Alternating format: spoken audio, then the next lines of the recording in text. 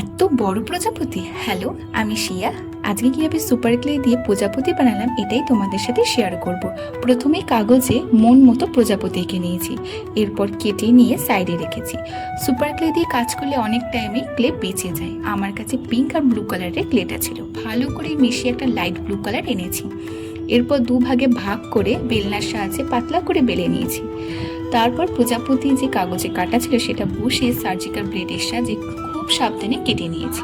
আর প্রজাপতির মাঝের বডির অংশটা বানানোর জন্য কালো রঙের ক্লে ইউজ করেছি। তারপর অ্যাটাচ করে নিয়েছি, দুটো সুরও বানিয়েছি কালো রঙের ক্লে দিয়ে।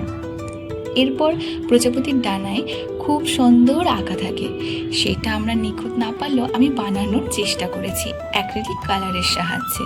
এরপর প্রজাপতির যেই বডিতে ছোট ছোট দুটো চোখ, স্মাইলি মুখও করে দিয়েছি ব্রাউন অ্যাক্রিলিক কালারের সাহায্যে। একটু রিয়েলিস্টিক দেখানোর জন্য সাদা রঙের অ্যাক্রিলিক কালারটাও ইউজ করেছি। তোমরাই আমাকে কমেন্টে জানিও প্রজাপতিটা আমি কতটা সঠিক বানাতে পেরেছি। দেখা হচ্ছে খুব তাড়াতাড়ি নেক্সট ভিডিওতে। টাটা সকলকে।